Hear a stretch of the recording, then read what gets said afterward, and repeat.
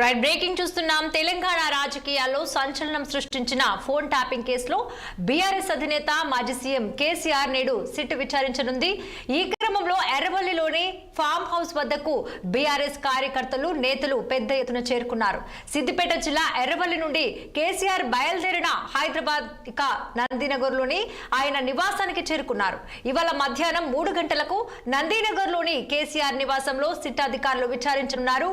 కేసీఆర్ ఇంటిలో రెండో ఫ్లోర్ లో సిట్ విచారించనుంది.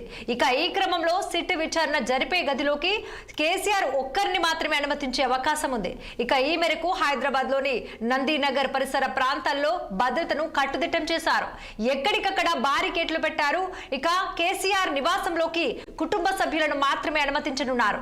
పార్టీ నేతలు, కార్యకర్తలు, అనుచరులు ఇంటి లోపలికి రాకుండా పోలీసులు ఆంక్షలు విధించారు. కేవలం కేసీఆర్ కుటుంబ సభ్యులు కేటీఆర్, హరీష్ రావు, సంతోష్ రావులను మాత్రమే ఇంటి వెలుపలికి అనుమతించింది సిట్. ఇక విచారణ నేపథ్యంలో సిట్ అధికారులు వీడియో రికార్డ్ చేయనున్నారు.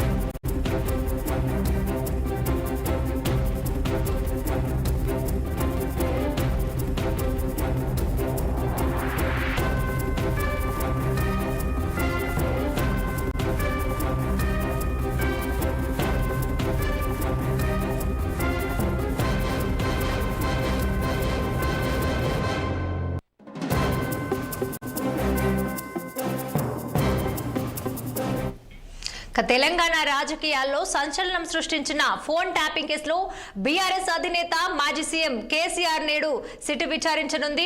ఇక ఈ క్రమంలో ఎర్రవల్లిలోని ఫామ్ హౌస్ వద్దకు బీఆర్ఎస్ కార్యకర్తలు, నేతలు పెద్ద ఎత్తున చేరుకున్నారు. సిద్దిపేట జిల్లా ఎర్రవల్లి నుండి కేసీఆర్ బయలుదేరిన హైదరాబాద్ నందినగర్ లోని ఆయన నివాసానికి చేరుకున్నారు. ఇక ఈ అంశానికి సంబంధించి మరింత సమాచారం అందించేందుకు మా special correspondent Mahender Reddy phone line లో సిద్ధంగా ఉన్నారు. మహేందర్, చెప్పండి, ఇక్కడ ఫోన్ ట్యాపింగ్ కేసుకి సంబంధించి బీఆర్ఎస్ అధినేత మాజీ సీఎం కేసీఆర్ ఈ రోజు సిట్ విచారించనున్న సందర్భంగా స్పాట్ వద్ద పరిస్థితి ఎలా ఉంది, భద్రత ఎలా కట్టుదిట్టం చేశారు, అసలు పూర్తి విశేషాలు ఏంటి? బీఆర్ఎస్ అధినేత కేసీఆర్ సిట్ విచారణ ఎదుర్కోబోతున్నారు. మరి గంట మాత్రమే పెరిగింది. మరి ఆయన ఎర్రవల్లి ఫామ్ నుంచి ఒక భారీ ర్యాలీగా హైదరాబాద్ లో నందినగర్ నివాసానికి 1:30 గంటలకైతే ఆయన చేరుకోవడం జరిగింది. నందినగర్ నివాసం వద్ద కేసీఆర్ ను కేటీఆర్ రిసీవ్ చేసుకున్నారు. ఫామ్ హౌస్ నుంచి ఒక నోట్బుక్, పలు డాక్యుమెంట్స్ కూడా కేసీఆర్ తీసుకురావడం జరిగింది. అలాగే సిట్ అడిగే ప్రశ్నలను కూడా నోట్ చేసుకోమన్నట్టుగా తెలుస్తుంది. మరి నందినగర్ ఇంటిని తమ ఆధీనంలోకి అయితే పోలీసులు తీసుకున్నారు. దాదాపు 5 అంచెల భద్రతనైతే మొత్తం నందినగర్ ప్రాంతంలో ఉంది. ఎవరిని కూడా అనుమతించిన పరిస్థితి. ఒక సీనియర్ నాయకులుగా పార్టీ నేతలు ఎవరైతే ఇక్కడికి రాకూడదని కఠినమైన ఆదేశాలు కూడా ఉన్న నేపథ్యంలో కఠినమైన భద్రత కూడా ఏర్పాటు చేశారు. మరి ఫోన్ ట్యాపింగ్ కేసులో కేసీఆర్ అయితే మరి గంట సేపట్లో సిట్ అయితే రాబోతుంది విచారించడానికి. మధ్యాహ్నం 3 గంటలకు విచారణ ప్రారంభం కానుంది. మరి ఫోన్ ట్యాపింగ్ కేసులో కేసీఆర్ ను ఈ విచారణలో నందినగర్ నివాసం వద్ద జరుగుతుంది. 4 అంచెల పోలీసు వ్యవస్థ మొత్తం కూడా లోపల ఉంది. మొత్తం వందలాది మంది, సుమారు 800 మంది పోలీసులు కాపలాగా ఇక్కడ ఉన్నారంటే అర్థం చేసుకోవచ్చు పరిస్థితి.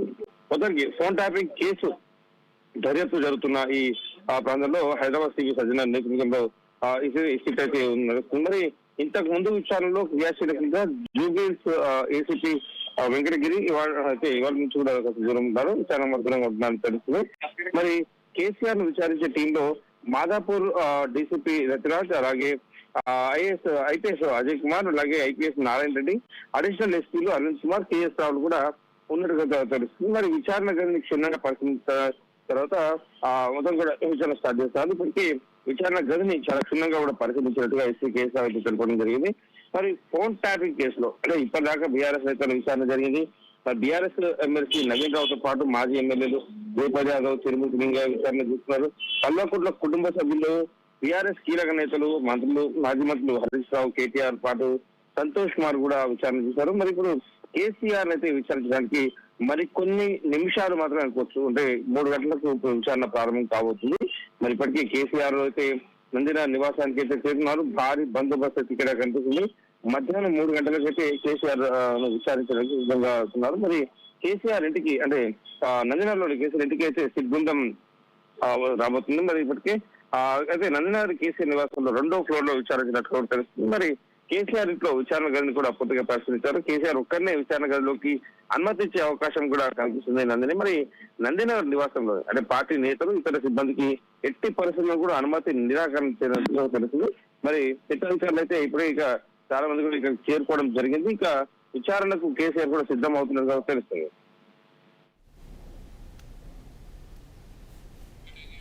Right, thanks for the updates Mahender.